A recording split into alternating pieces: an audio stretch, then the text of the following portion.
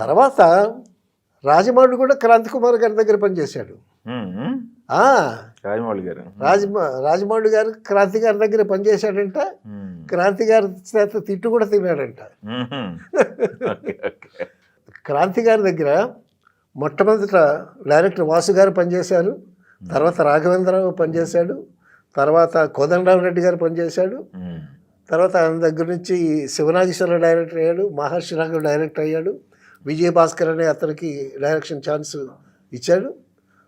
So అది ఒక 39 మెట్లు లెక్క. ఆ 39 మెట్లు ఎక్కినవాడు ప్రయోజకుడు అవుతాడు అనేటటువంటి పేరుండేది క్రాంతి కుమార్ ఆఫీస్కి.